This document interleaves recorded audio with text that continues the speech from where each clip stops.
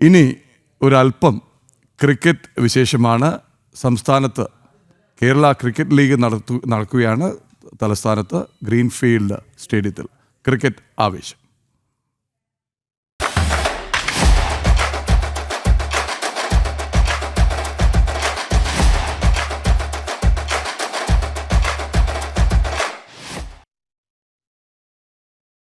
KCL വിജയവഴിയിലേക്ക് മടങ്ങിയെത്തിയിരിക്കുകയാണ് Kochi blue tigers.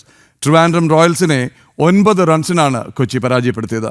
ആദ്യം ബാറ്റ് ചെയ്ത കൊച്ചി 20 ഓവറിൽ 5 വിക്കറ്റിന് 191 റൺസ് എടുത്തു.